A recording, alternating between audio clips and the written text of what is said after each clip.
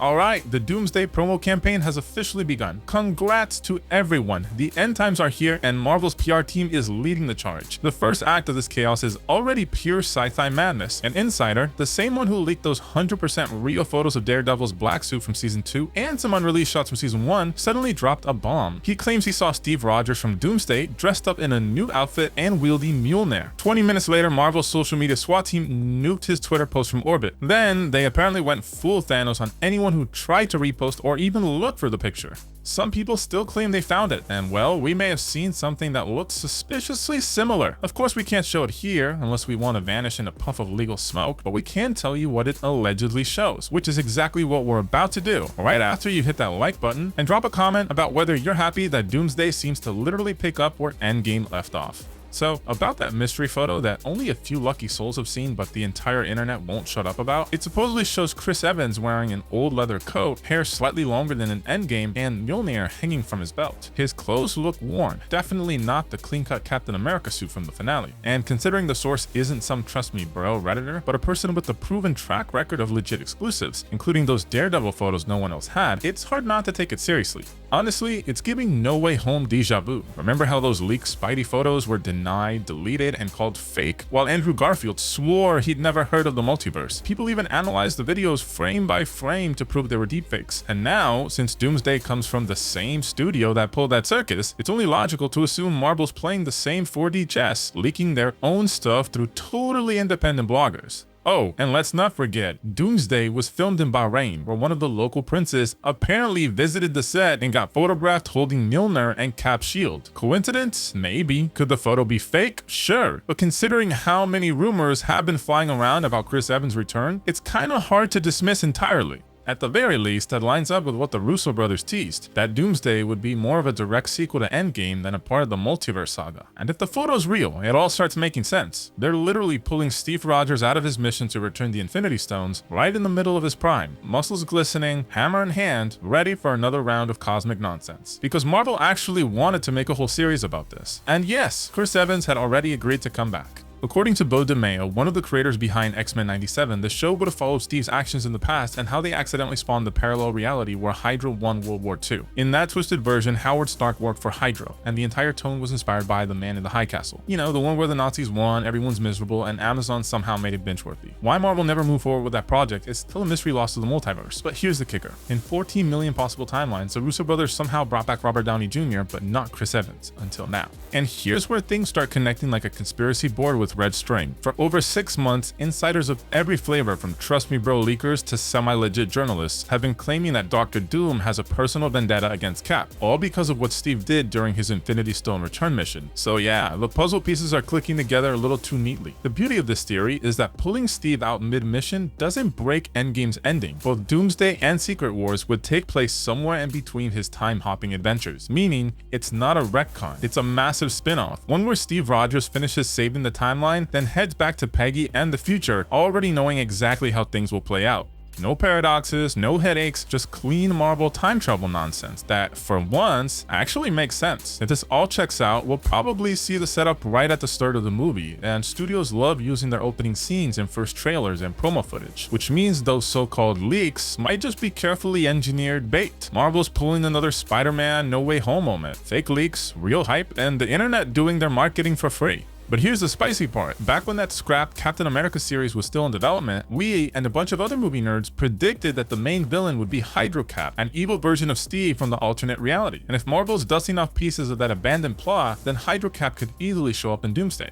Insiders are already screaming that Chris Evans might play 3 versions of Cap, the classic one with Mjolnir, the Hydra version, and a mysterious third variant Marvel's keeping under wraps. Honestly, sounds like classic internet overthinking mixed with a dash of my uncle works at Marvel. But it's not entirely out of nowhere either. And speaking of that same insider, the guy who leaked Daredevil's black suit before it was cool, he's back again, claiming that Dr. Doom's costume in Doomsday will be exactly the same one shown at the Disney Expo in Shanghai. But now there's a new twist. The ever-reliable Collider just confirmed their release date for Doom's first official reveal. According to them, the first trailer drops on December 19, premiering alongside Avatar 3. The second trailer, supposedly, will hit theaters with Spider-Man 4. And that's not all. Before that, Disney's got another heavy hitter coming out, The Mandalorian and Grogu. So yeah, odds are we'll get some extra promo crumbs there too. The takeaway? All the early leaks are slowly checking out. For context, Marvel dropped the first Infinity War trailer less than 6 months before release. Endgame? Same deal. But with Doomsday, the first teaser is coming out a full year in advance. Translation? That rumor about Kevin Feige hyping this movie all year long? Probably true. And that's a good sign. It shows Marvel might actually be learning. After a string of mid-tier releases and plummeting fan stock, Feige's team seems to realize they can't just CGI another blue beam into the sky and call it a day. If they're taking their time, there's hope Doomsday might actually deliver. Oh, and yes, Captain Marvel is reportedly in the film too. Brie Larson herself basically confirmed it, whether she meant to or not. Journalists keep bugging her about it, and right when new rumors started spreading that she'd appeared in the big crossover battle, Avengers, X-Men, and Doom's crew all smashing each other, she posted a picture from California's voting day wearing a hoodie and captioning it, "Don't mind the wig," which of course the internet instantly decoded as 99% confirmation of her comeback because her hair in that shot was long, exactly like Captain Marvel's. Just a week earlier, she'd been on a morning talk show rocking a short haircut. Connect the dots, people. Anyway, enough Marvel detective work. Let's talk DC, where chaos reigns supreme as usual. Someone finally asked Dwayne "The Rock" Johnson if he's returning as Black Adam in James Gunn's rebooted DC universe, and his answer was basically, probably not, fam. The Rock explained there's no beef between him and Gunn. He wishes DC and every cinematic universe the best, but right now he's got, quote, other mountains to climb. He's busy wrecking shop elsewhere. His latest project, The Smashing Machine, just dropped online. The movie tanked at the box office, but critics are weirdly obsessed with it. Some are into whispering Oscar buzz for Johnson's performance. And if that wasn't enough, he's also gearing up to work with Martin Scorsese. Yes, that's Scorsese. His shooting schedule pretty much confirms that for the next few years, DC won't be seeing The Rock's shiny bald head anywhere near their franchise. But who knows how this whole circus is gonna end, because the drama around Warner Bros. Being sold is heating up faster than the Flash's metabolism. Paramount, which had been leading the pack of potential buyers, reportedly made another buyout offer, one that was way above market value. And somehow WB still said, nah. According to Forbes, things are getting spicy because Paramount basically told WB, one more rejection and we're going over your heads. Translation, they might go directly to the shareholders, buy the company piece by piece, and then, in the most corporate Game of Thrones move possible, fire the current leadership. And that's where things get interesting for us movie nerds, because one of those execs happens to be James Gunn, the guy currently steering the DC Universe ship. Now, the rumors that Paramount might bring back Zack Snyder if they take over, yeah, those sound like fan fiction written during a caffeine overdose. But there is a small twist that makes the theory a bit juicier. Here's the thing, Paramount is owned by the Ellison family, and its head, Larry Ellison, is one of the richest people on the planet. Even more importantly, he's very well connected politically, like White House Christmas card list connected. Without diving too deep into politics, because nobody wants that headache, current reports say Paramount has been very enthusiastic about aligning with the current US administration's agenda. How enthusiastic? Allegedly to the point of creating an internal blacklist, a list of actors and directors they won't work with under any circumstances. At the top of that alleged list, anyone who signed the recent open letter calling for a boycott of Israel's film industry. Supposedly, that includes Emma Stone, Javier Bardem, Joaquin Phoenix, Andrew Garfield, and, plot twist, David Corenswet, the actor playing the new Superman. Now, let's be clear, this isn't 100% confirmed, and there's a mini scandal brewing over whether the list even exists. But if Paramount does go through with its scorched earth acquisition plan, both James Gunn and Corenswet could be in trouble. The odds are tiny, but not zero.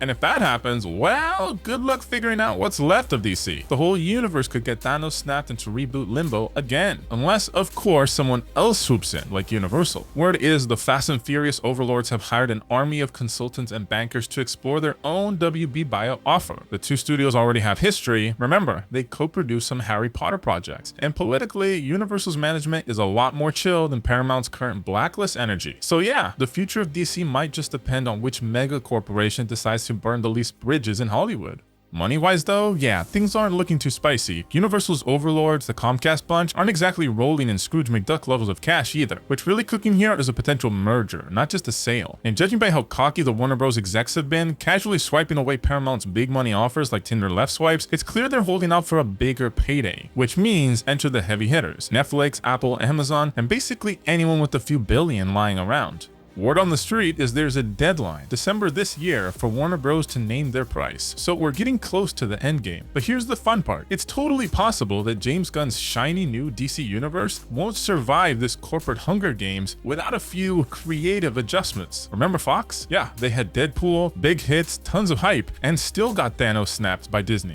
Meanwhile, James Gunn himself is out here playing it cool. No comments, no drama, just focusing on the movies. In a recent interview, he even said he doesn't see any problem whatsoever with having two Batman at the same time. When pressed about moving Pattinson's Batman into the main DCU timeline, he basically gave a polite, "Nah, I'm good." Gunn also roasted the hardcore fans a little, saying they tend to invent problems where there are none, while casual viewers are totally fine watching multiple Batman punch crime in IMAX. And honestly, he's got a point. Rumor has it Gunn already cast his Batman, possibly Brenton Thwaites, but they're keeping it hush-hush until the big reveal. So yeah, November might just be the calm before the bad storm, because December is already locked in. The Doomsday trailer is dropping, and Amazon's bringing Nicolas Cage's Noir Spider-Man to Comic-Con Sao Paulo on the 4th. DC can't just sit there and eat popcorn while Marvel and Amazon steal the spotlight. So who knows? Maybe they'll announce their new Batman, or at least show off that Supergirl trailer everyone's been whispering about. Either way, don't forget to subscribe, hit the notification bell, and stay tuned. Things are about to get delightfully chaotic.